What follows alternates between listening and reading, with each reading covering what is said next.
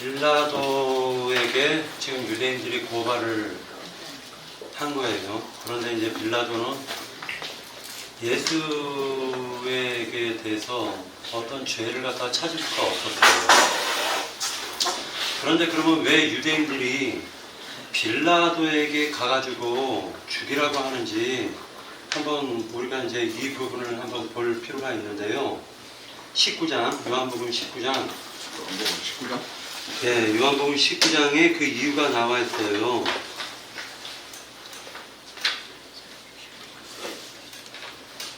자, 이제 19장 몇 절에 보면 나오냐면요. 12절. 네. 이러함으로 빌라도가 예수를 놓으려고 힘썼으나 유대인들이 소리질러 이르되 이 사람을 놓으면 가이사의 충신이 아니니이다. 무릇 자기를 왕이라 하는 자는 가이사를 반역하는 것이니이다. 이렇게 얘기를 해요.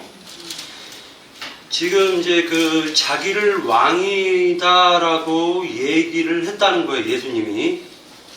그러면서 뭐라 얘기를 하냐면 그 다음 절 보면 빌라도가 이 말을 듣고 예수를 끌고 나가서 돌을 깐뜰 히브리 말로 가바다에 있는 재판석에 앉아 있더라.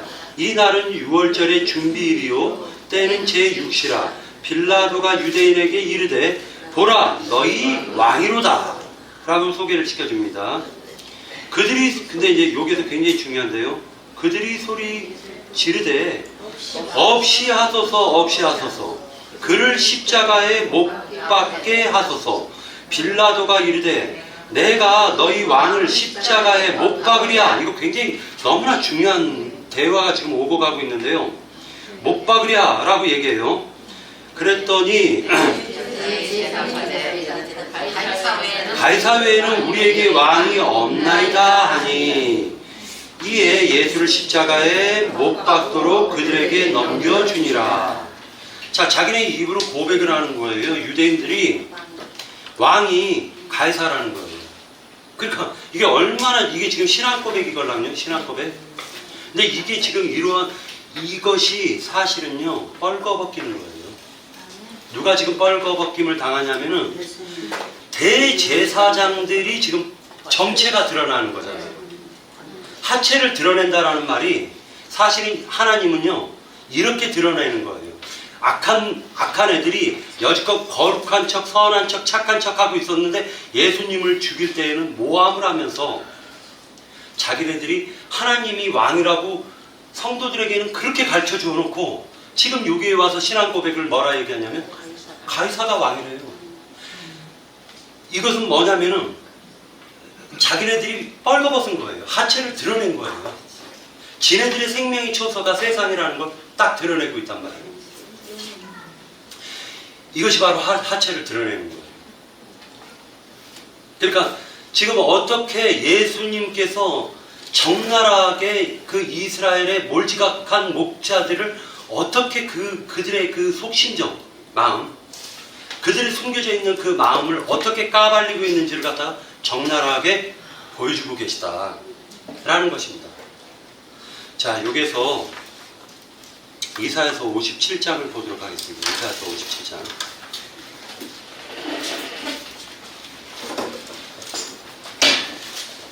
자, 성경에서는 두 짐승이 나와요. 첫째는 땅에서 올라온 짐승이 있고 바다에서 올라온 짐승이 있어요. 이렇게 두 짐승이 나옵니다. 항상 바다에서 올라온 짐승이다 하면 세상 군왕들을 상징하는 거예요. 땅에서 올라온 짐승이다 하면 지금 한국에서는 조용기, 소망교회 누구야 저기 그 자식한테 물려준 어떤 목사야?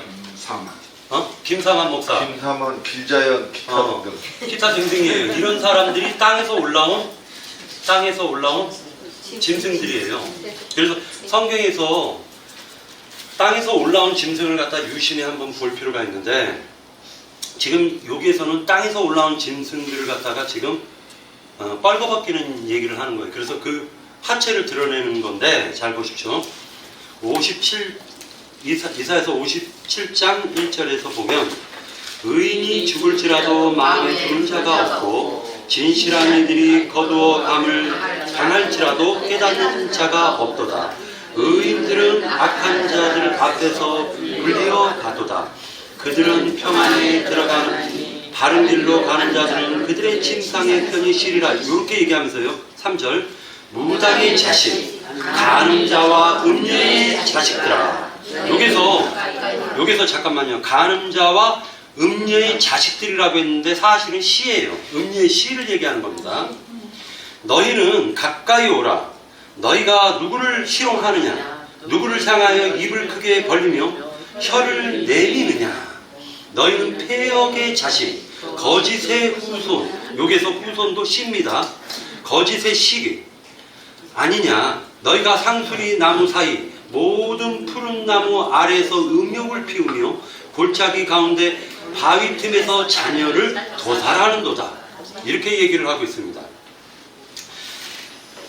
여기서 13절에 보면은요, 13절 하반부에 보면, 57장 13절 하반부에 보면, 나를 의뢰하는 자는 땅을 차지하겠고, 나의 거룩한 산을 기업으로 얻으리라. 이렇게 얘기합니다.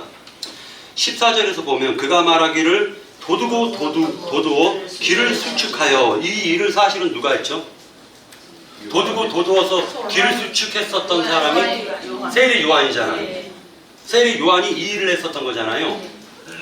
내 백성의 길에서 거치는 것을 제하여 버리라 하리라. 12사도들이 거치는 돌들을 다 제하여 버렸다라는 것은 그 무당의 자식들이 퍼뜨려 놓은 비진리를 갖다가 사실은 바른 진리, 올바른 진리로 재해석을 하는 것을 거치는 돌을 제거하는 거예요.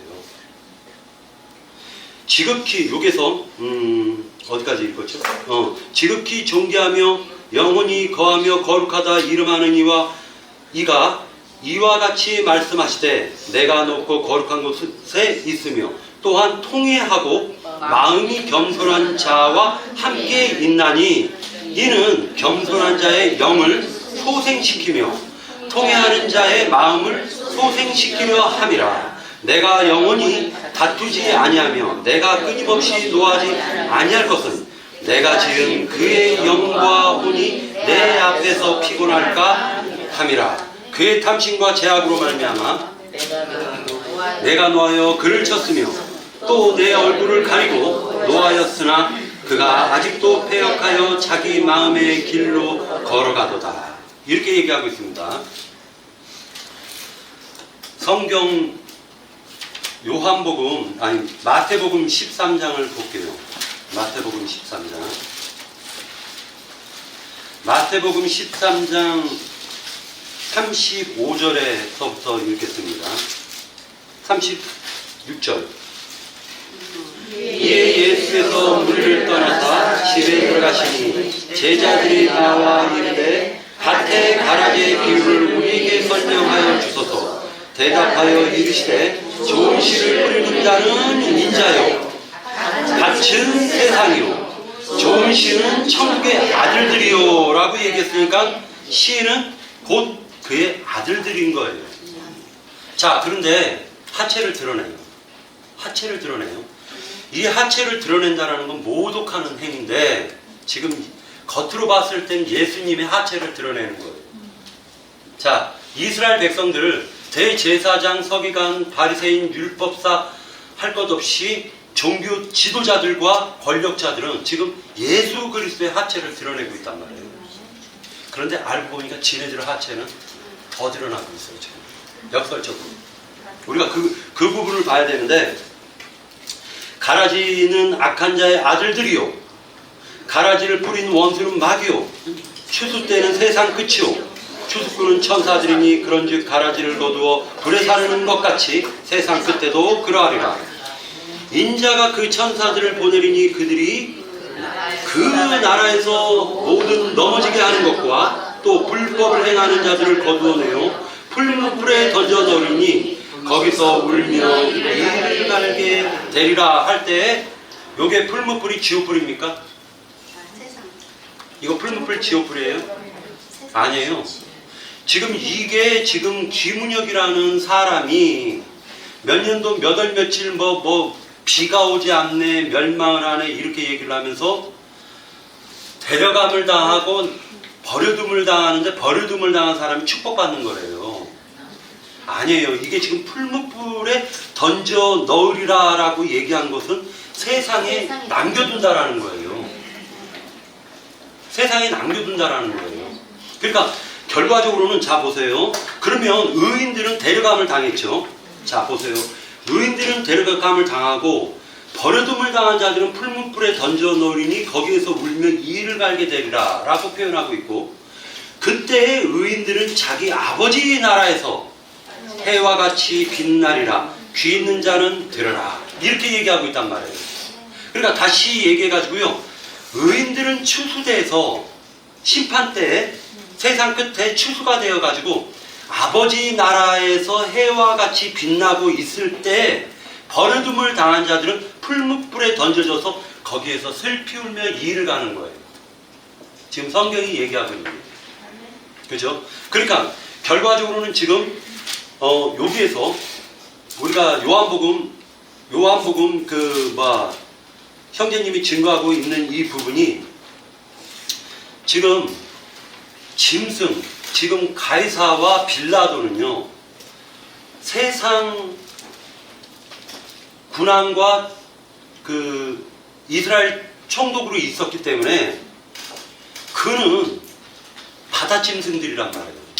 바다 짐승들에게 지금 땅에 있는 짐승들은 대제사장과 그 유대인의 지도층들인데, 그들이 지금 세상에 있는 짐승에게 죽여달라고 지금 하소연하고 있어요. 하소연하고 있습니다. 이것이 계시록에 나와요. 계시록에 놀랍게도 또 나오는데 계시록 13장을 보도록 하겠습니다. 계시록 13장에서 보면, 자 1절에 내가 보니 바다에서 한 짐승이 나오는데 뿔이 열이요 머리가 일곱이라 그 뿔에는 왕관이 있고 그 머리들에는 신성모독하는 이름들이 있더라. 자 이제 7절 11절 보도록 하겠습니다.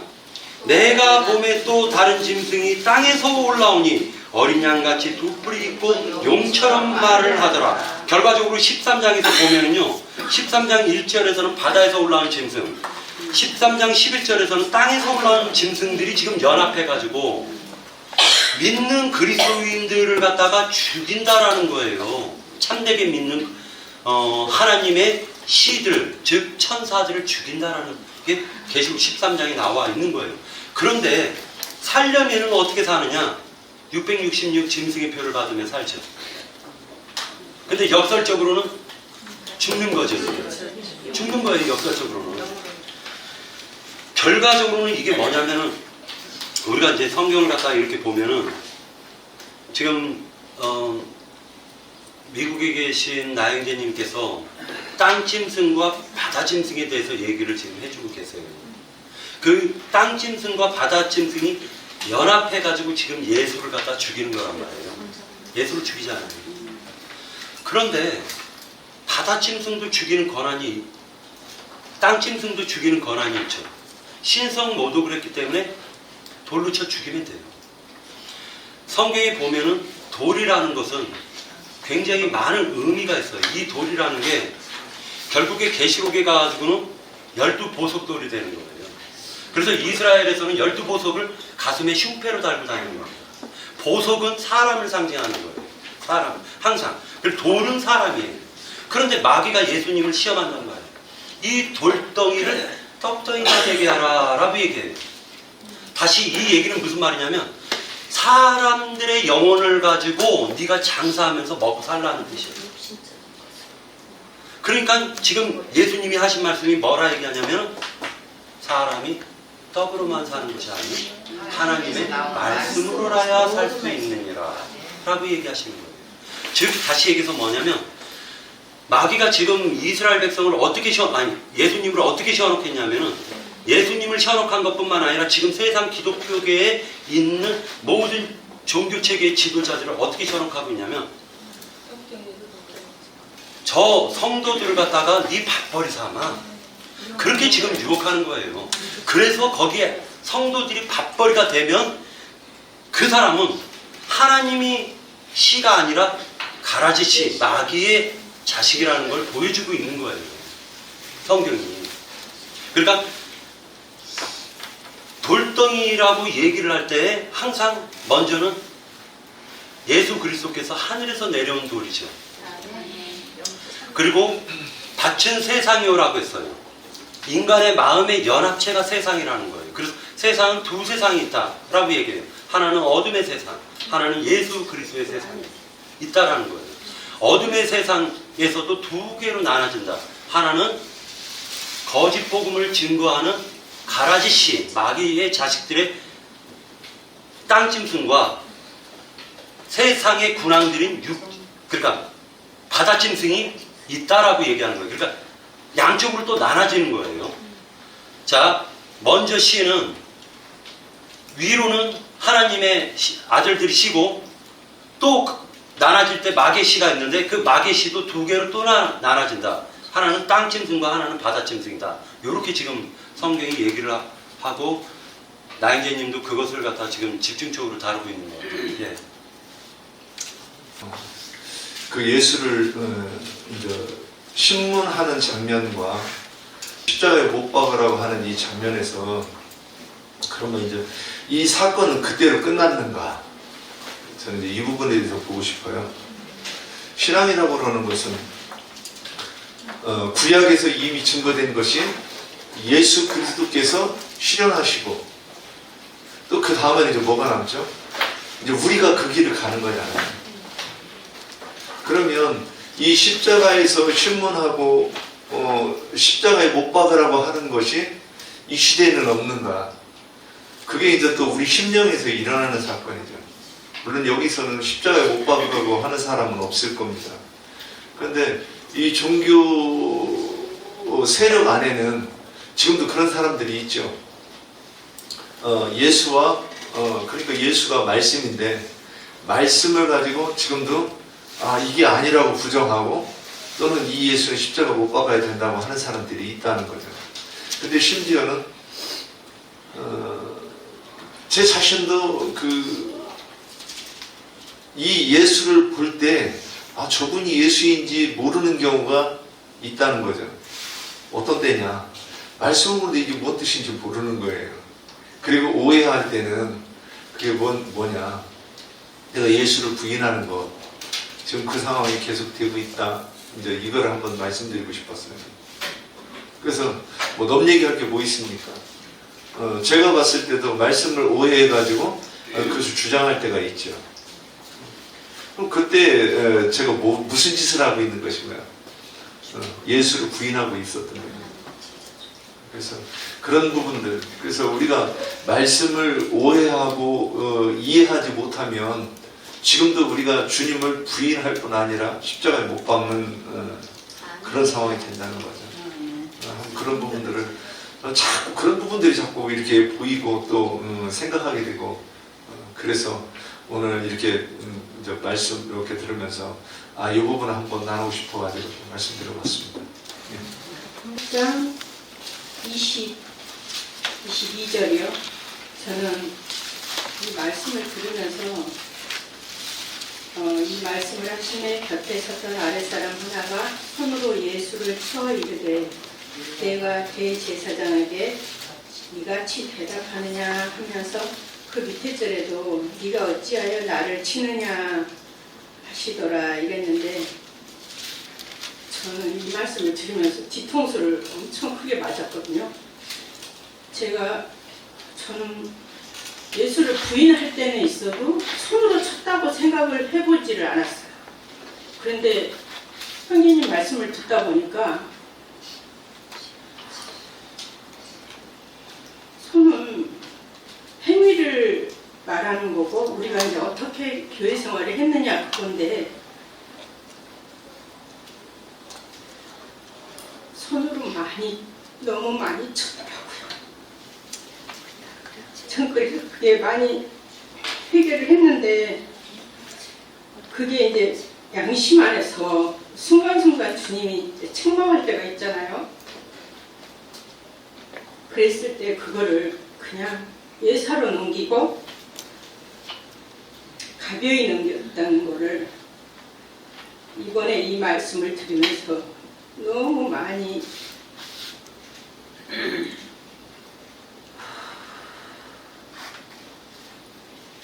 주님이 제 적나라한 모습을 보여주시면서 그동안에 얼마나 많은 손으로 네가 나를 쳤느냐 하는데 정말 고개를 들 수가 없었어요. 전 그래서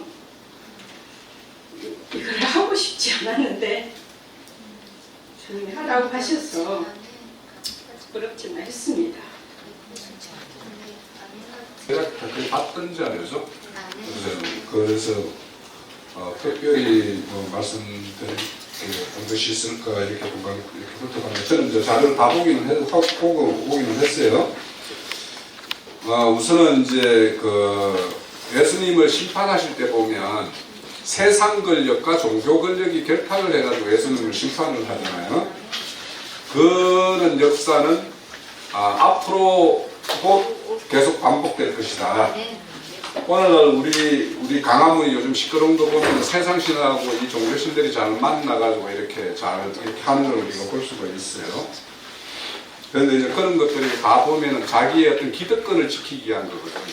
지금도 여기 보면 자기 기득권을 가지고 지키기 위해서 빌라도는 빌라도대로, 또 가야바는 가야바대로, 뭐 이렇게 이제 서로 의기투합하는 모습을 봅니다. 근데 우리 그 자료 첫 페이지에 보면 하스몬가의 유대 독립전쟁과 같은 방법으로 세운 유대왕에 대한 질문한 것입니다. 이렇게 나오는데, 로마 정부로 보면은 이 하스몬가에 의해서 그때는 로마 정권은 아니었죠. 그때는 이제 알렉산더가 헬라가 이제 이렇게 지배를 하고 있을 때 알렉산더가 그냥 30세에 요절을 했어요. 그래가지고 그 알렉산더가 이렇게 정복한 나라를 4개 나라로 이렇게 나눠져요. 그래서 처음에는 이 팔레스타인 땅, 우리 그 하나님의 약속의 땅이라는 데를 그 애굽의 그 왕인 그 포톨레미가 이렇게 지배를 하다가 그 실질적으로 포톨레미가 엄청나게 강한 세력을 가지고 있었어요. 그런데 그때 시리아 지역에는 이제 누가 있었냐면 셀루쿠스라는 이제 왕이 이제 두 번째 세력을 가지고 있었는데 이 셀루쿠스가 이 포톨레미를 제압을 못해요. 그런데 이제 이 셀루쿠스가 포톨레미하고 이 집안에 이렇게 정혼 관계를 맺어가지고 그래가지고 이제 두 세력의 평화를 이렇게 유지하다가 그런 어떤 시간을 보내면서 틈을 타서 셀루쿠스가 오히려 이제 이 팔레스타인 땅을 지배를 하게 돼요.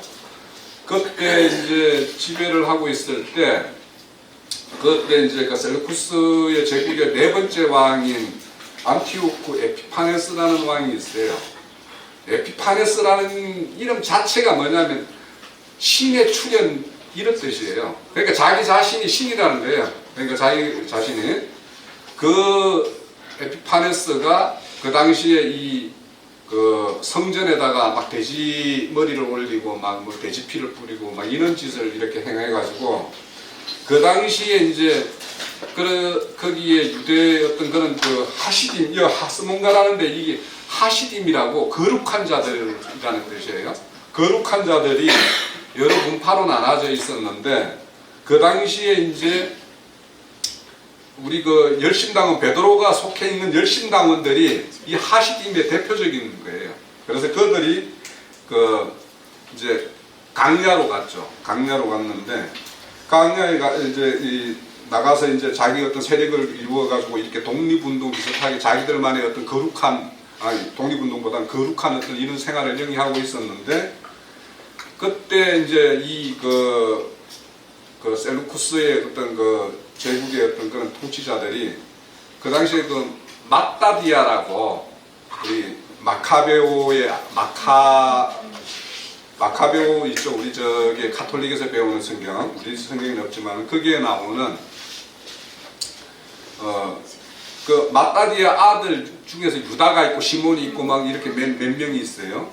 그들에 의해서 이 독립운동이 일어난 게 있어요. 그래가지고 약 BC 160년경에서 로마의 지배 통치받는 한 60년대까지 해서 한 100년간을 독립국가로 유대가 독립한 적이 있어요. 그때 이제 로마의 어떤 이 빌라도는 그런 독립운동을 하는 주체에 대해서는 이제 굉장히 경계를 해야 되잖아요. 로마가 지배를 하고 있는 상황이니까. 그래서 이제 그런 측면에서는 유대의 왕이냐, 네가 이 왕되기를 원하냐 이런 쪽으로 이제 이렇게 묻는 거에 대해서 이제 예수님은 내 나라가 이 세상에 속하였다면 내 어떤 저 종들이 너희들을 싸워서 나를 구해내지 않았겠냐 이렇게 이야기를 해요. 그래서 이런 그런 어떤 독립에 대한 어떤 빌라도의 어떤 경계와 또 이 대제사장 가야바 같은 경우 그런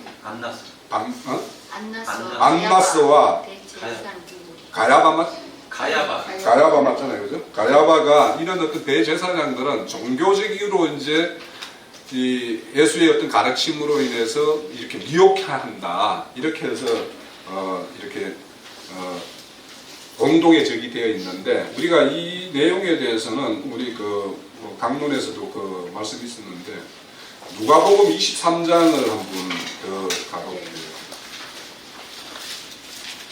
누가복음 23장에 좀 더 실질적으로 이 두 세력이 어떻게 해서 예수님을 그런 어떤 자기 어떤 심판으로 몰아넣는지에 대해서 잘 나오고 있어요. 23장 1절에 보면 우리가 다 일어나 예수를 빌라도에게 끌고 가서 고발하여 이르되 우리가 이 사람을 보내 우리 백성을 미혹하고 그러니까 이분이 정통적인 어떤 유대교의 어떤 그런 어떤 선생 랍비로서 어떤 그런 자격을 가지고 있는 사람이 아닌데 백성을 가르치고 했죠. 그렇게 해서 미혹을 하고 가이사에게 세금을 바치는 것을 금하고 자칭 왕이라고 하고 왕이라는 그리스도라 하되이다 하니 빌라도가 예수께 물어 이르되 내가 유대의 왕이냐 대답하이되 내 말이 옳다 이렇게 이야기하죠. 그러니까 이제 빌라도는 이렇게 이런 어떤 하스몬가의 독립운동을 해서 그때 왕으로 이제 자기를 옹립을 했거든요. 이 독립운동 때도 그렇게 한 것처럼 네가 그런 왕이냐라고 할 때 예수님은 내 말이 옳도다 했지만 예수님은 세상에 이런 독립국가의 유대 독립국가의 왕이라는 뜻이 아니라 나는 이 나라 이 백성의 어떤 나의 나라 나의 어떤 백성 그래서 예수님이 말하는 것은 진리의 말씀이 통치하는 그 나라를 말하는 거죠. 그 나라에 나는 왕이 되기를 원한다라는 이야기를 이렇게 하는 걸로 자신의 변론을 하는 것이 있고요. 그리고 첫 페이지에 보면은 이제 지난주에도 언급이 됐었던 것 같은데 천사 두 종류를 말을 하고 있죠. 케루빔과 세라핌 이렇게 이야기하는데 이제 케루빔은 거룩이죠. 거룩은 뭐냐면 하나님의 어떤 생명나무로 나아가는 길을 막고 있는 하은검을 들고 있는 그런 천사였죠. 그래서 실질적으로 구약의 어떤 하나님의 천사는 어떤 생명나무를 이렇게 공급하는 것이 아니라 생명나무가 침해당하는 어떤 그거를 이렇게 지키는 어떤 그런 왕으로서 나와요. 그래서 실질적으로 구약에서 활동하는 하나님의 말씀을 받은 자라고 하는 어떤 그런 제사장들은 실질적으로 생명 공급을 하는 것이 아니라 하나님의 그런 어떤 거룩성을 이렇게 지키는 이런 역할만 이렇게 수행을 하고 있죠. 근데 이제 여기 보면 이제 세라핌은 이제 상대적으로 이제 세라핌이라는 거는 이제 신약에 거룩한 영이만 사람 천사를 이렇게 말하는 것이다라고 이렇게 이제 변론을 합니다. 그래서 우리가 이런 말씀 들을 때 우리가 이제 세라핌 같은 그런 천사가 돼야 되죠. 천사를 돼야 되는데 아까 오전에 이제 잠깐 우리 저 식탁에서 이렇게 이야기를 나눴듯이 우리가 옛언약을 끝냈다라는 건 아론의 반차를 끝냈다라는 거고 새 언약에 넘어갔다라는 건 우리는 멜기세덱의 반차를 행한다라는 거 아니에요. 그러면 이제 우리가 그러면 멜기세덱의 반차가 무엇이냐 정확하게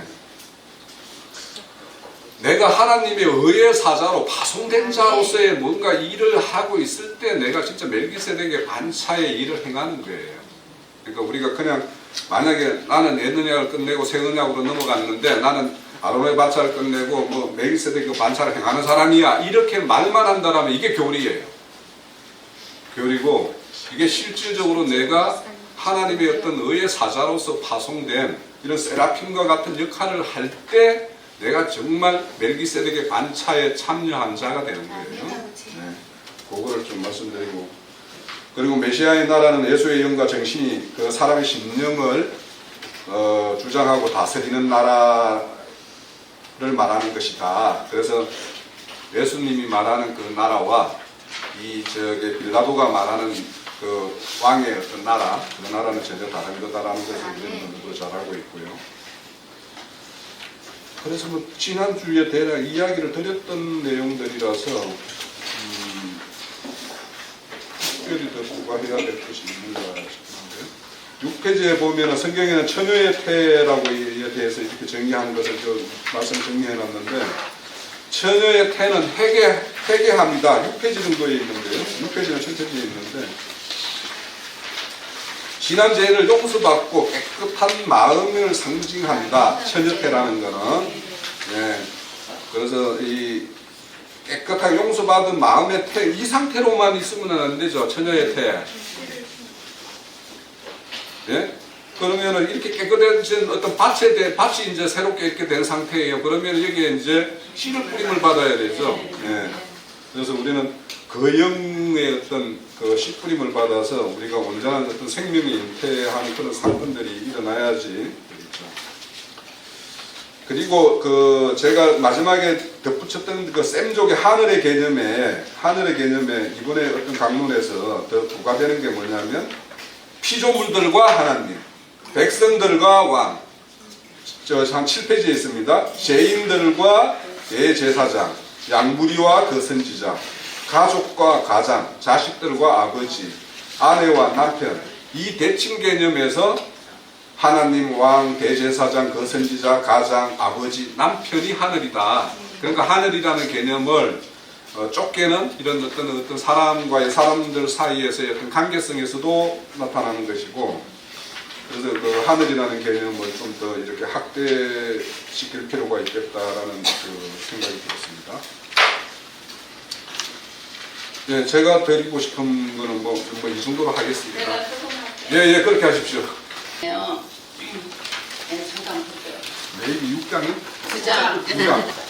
고층 깊게 되겠습니다.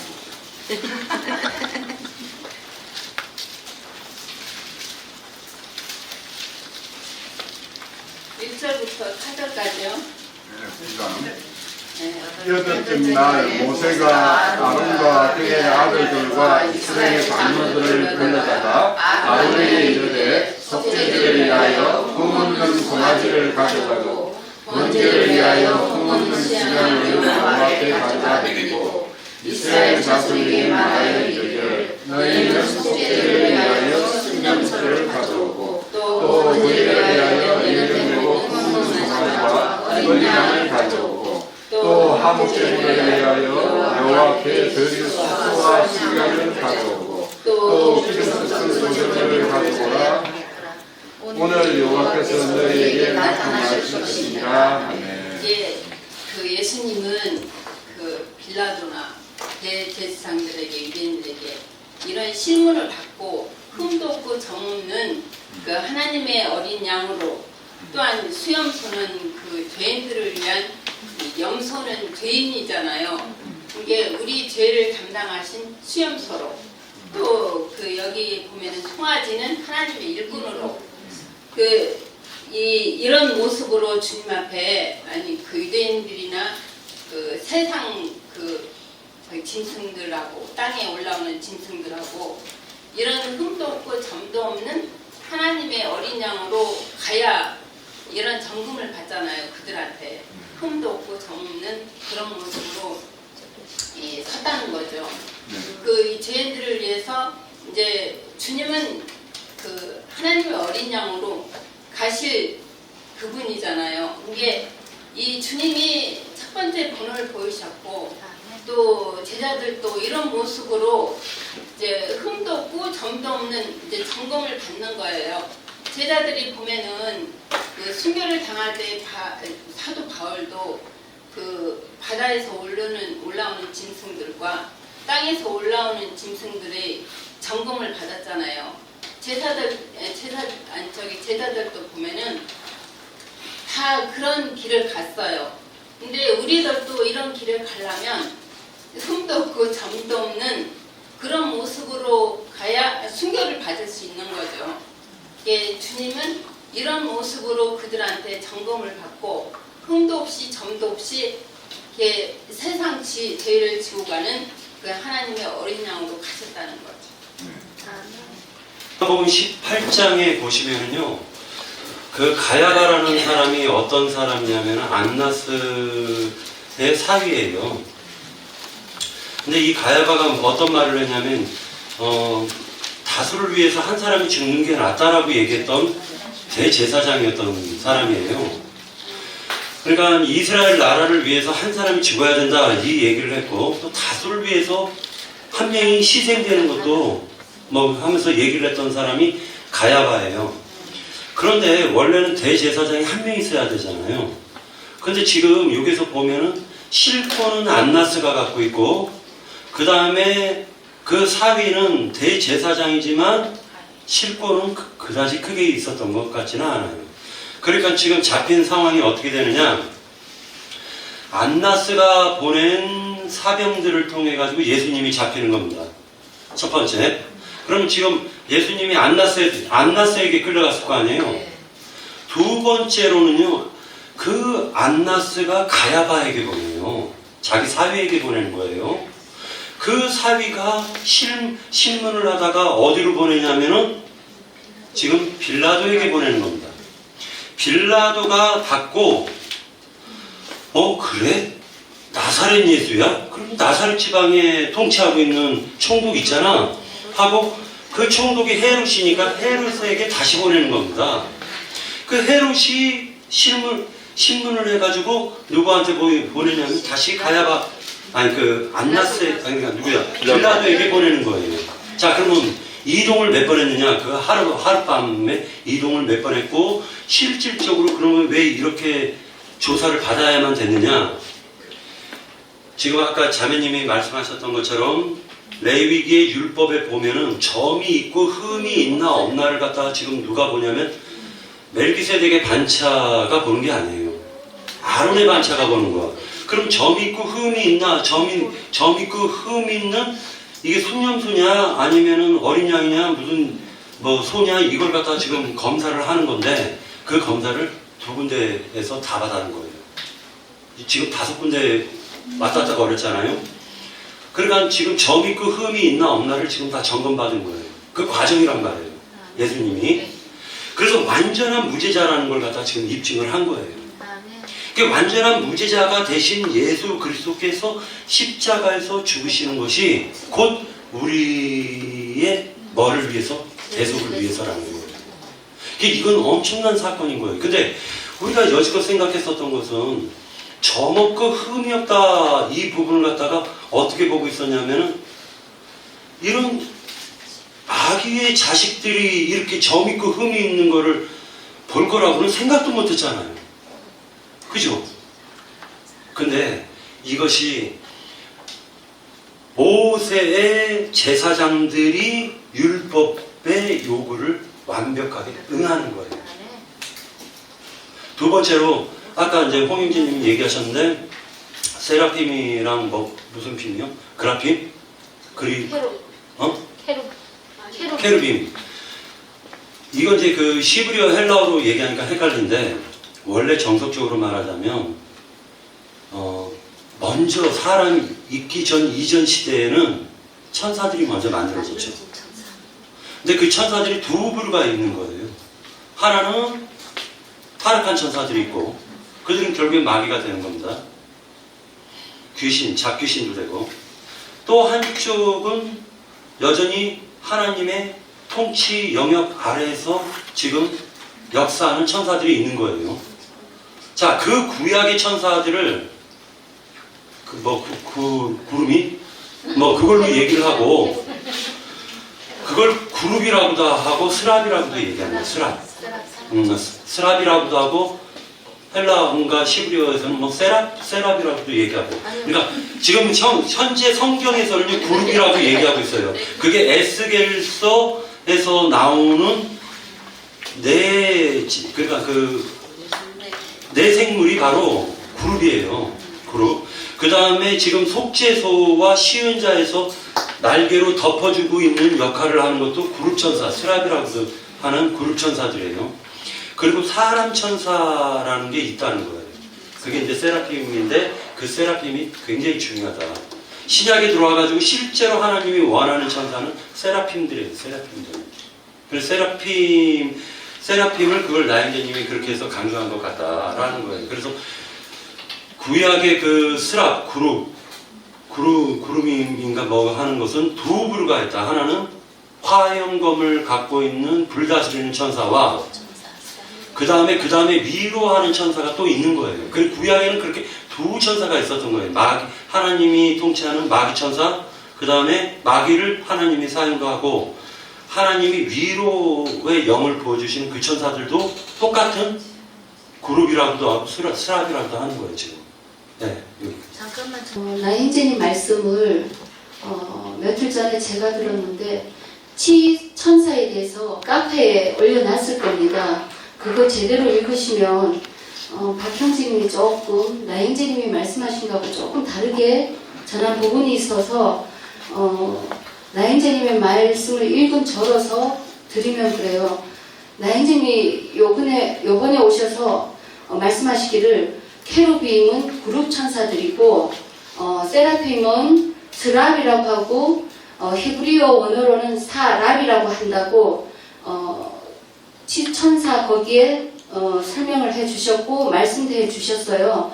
그래서 케루빔은 구약의 그룹 천사들이고 스랍들은 신약의 우리 사람이 단계단계 과정을 거쳐서 만들어진 천사라고 요번에 이렇게 말씀을 해 주셨기 때문에 구약의 그룹 천사와 우리 신약의 스랍은 또 다른 말로 네 생물로 연결이 된다고 그렇게 설명을 해 주셨기 때문에 요 부분은 이제 다시 확실히 좀 이렇게 알고 갔으면 해서 말씀을 드립니다. 네.